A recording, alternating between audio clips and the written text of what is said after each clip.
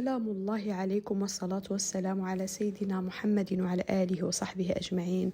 وصفتنا اليوم المكرونة بالكريم بشاميل، وغادي نرافقوها بواحد العصير صحي رائع اللي ما غتشبعوش منه، اللي هو عصير البربة والفواكه بدون سكر. ان شاء الله غادي نشوفوا هادشي كامل في الفيديو. واول حاجة غادي نبداو بتحضير المكرونة اللي غادي نحتاجو فيها واحد الكمية ديال المكرونة، يعني على حسب عدد الاشخاص. انا هنا كانت عندي 400 غرام، سلقت نص كيلو لكن خليت منها شويه. في الماء اللي كنسلقوا فيهم المكرونه كنوضعوا فيهم واحد جوج ديال الجزرات قبل ما يغليو الماء، عاد كنعملوا المكرونه. غادي نحتاجوا داك الجزرات مع هاد المكرونه لتعزيز الذوق والفيتامينات كذلك. وغادي نحتاجو كمية من صدر الدجاج اللي مقطعة مربعات صغار. الكمية يعني حسب المتواجد عندكم، كتير مرحبا، إذا كان قليل كذلك ما كاين حتى مشكل، وحتى إلا ما كانش ممكن أنكم تستغنوا على الدجاج، لكن إلا كان غيكون أحسن.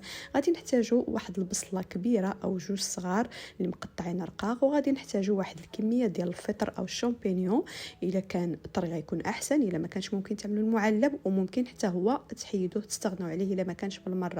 غادي نحتاج واحد الكميه ديال المعدنوس، غادي نحتاجوا الثومه بودره، وغادي نحتاج واحد القطعه ديال الزنجبيل، وغادي نحتاجوا القليل من الابزار. يعني هادو هما التوابل فقط، غير الزنجبيل وكذلك الابزار وبودره الثوم. في واحد المقلاة غادي نعملوا القليل من الزيت، ما كنذكرش معكم الزيت في المقادير لان معروفه غادي نحتاجوه، ممكن تستبدلوها بالزبده او بزيت المائده اللي بغيتو واللي كتفضلوا. انا كنفضل زيت الزيتون. غادي نعملوا البصل باش يتكرمل ويطيح مزيان، غادي نبقى كنحرك فيه، يعني غادي نعطيه الوقت الكافي بغيتو حتى يطيح ويتكرمل.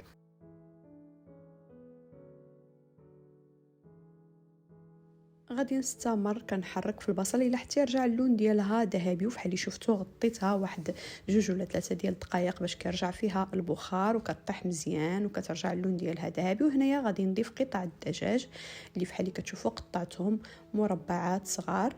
كذلك غادي نضيف الملح حسب الذوق، انا كنضيف التوابل وانا كنحرك.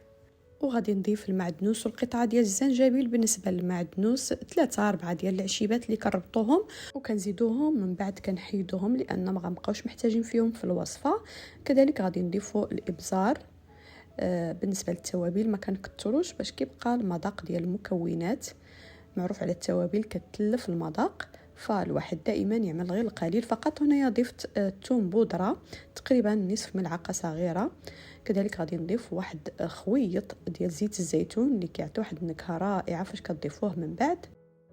هنا غادي نحضروا الكريم بشاميل. انا كنعملها بزيت الزيتون، كنعمل نصف كاس ديال العنبه ديال زيت الزيتون، ممكن تعوضوها بملعقتين كبار ديال الزبده.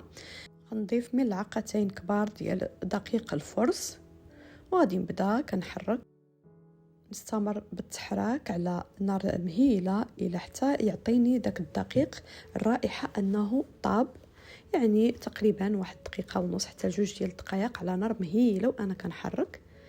وفي نفس الوقت كنرجع نحرك الدجاج مع البصل اللي كنحضروا.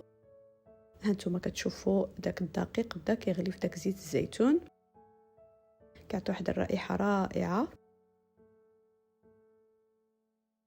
هانتوما كنخدم 2 خدمات، يعني ماشي بالضروره ننتظر حتى نسالي الدجاج عاد نرجع للبيشاميل، ممكن انني نعمل 2 خدمات. وهنايا كنحيد الكاسرول من فوق النار، عاد كنضيف الحليب نصف لتر ديال الحليب، واللي كتعجبو تجي كريميه بزاف يعمل لتر الا ربع ديال الحليب. نضيف القليل من الملح والقليل من الابزار وكذلك القليل من جوزة الطيب او الجوزة. غادي نخلط مزيان حتى كيذوب داك الطحين، يعني ما كيتفسخ، ما كيبقاش كويرات، يعني غير بالتحرك، واخا تشوفوها تكورت لكم شي شويه، غير بالتحرك صافي كينسجم وكيرجع كريمي. وكنرجع كذلك نحرك الدجاج ديالي. هنايا عليت النار باش نشف لي داك المرقه لان طاب الدجاج، ويد كتحرك في المقله ويد في الكاسرول اللي فيها الكريم بشاميل باش كنربح الوقت. هنايا سحبت داك المعدنوس صافي، ما بقيتش محتاجه فيه، طلاق النكهه ديالو. وغادي نضيف الفطر او الشامبينيون، دائما الفطر حتى الاخر مرحله، يعني خصو 2 حتى 3 ديال الدقائق بالكثير كيطيح، يعني ما كيحتاجش طياب نهائيا.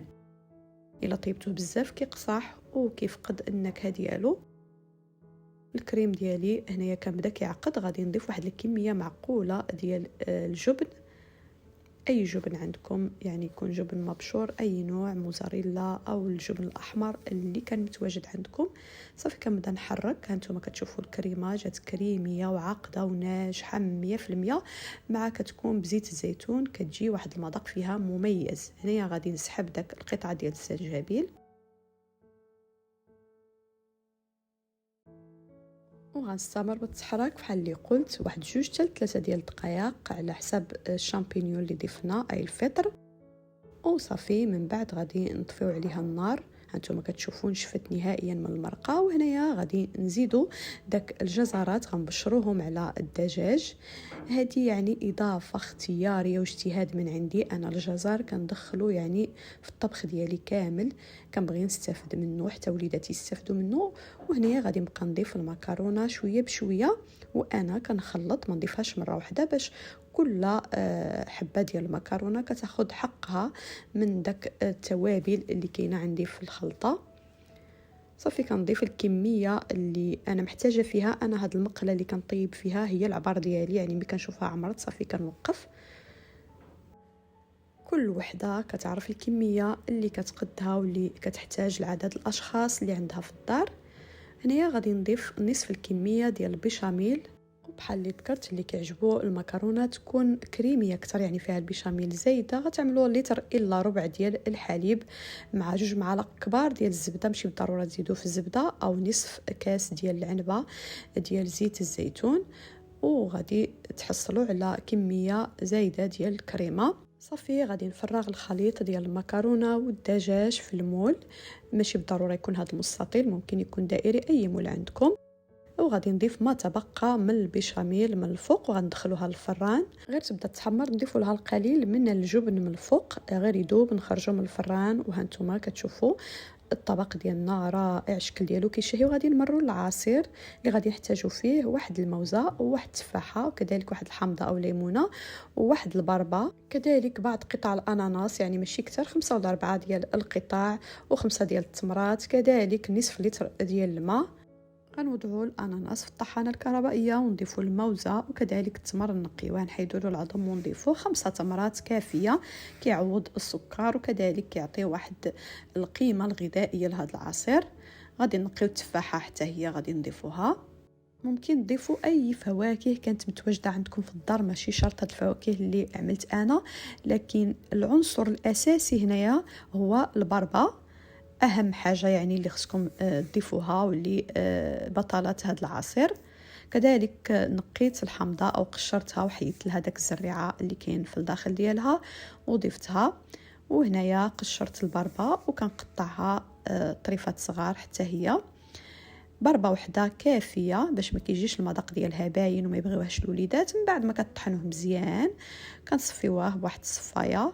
وها العصير ديالنا واجد لذيذ وعنده قيمه غذائيه عاليه، يستافدوا منهم الوليدات وحتى الكبار، وكيجي خاتر بحال اللي كتشوفوا. رائع هذا العصير، ان شاء الله تجربوه واعتمدوه. اهم حاجه بحال اللي قلت لكم الحامضه او الليمونه والبربه، اما الفواكه الاخرى اللي كان عندكم تضيفوه. وها الطبق ديالنا جاهز، خليته يعني برد شويه بين ما وجدت العصير. وهانتوما كتشوفوا كيجي على هذا الشكل. اما المذاق لذيذ لذيذ بزاف، ما غتشبعوش منه. ممكن تحضروا هذا الطبق كوجبه غداء او عشاء اللي فضلتوه. وهنا غادي نكون وصلت معكم لنهايه الفيديو. استودعكم الله والسلام عليكم ورحمه الله تعالى وبركاته.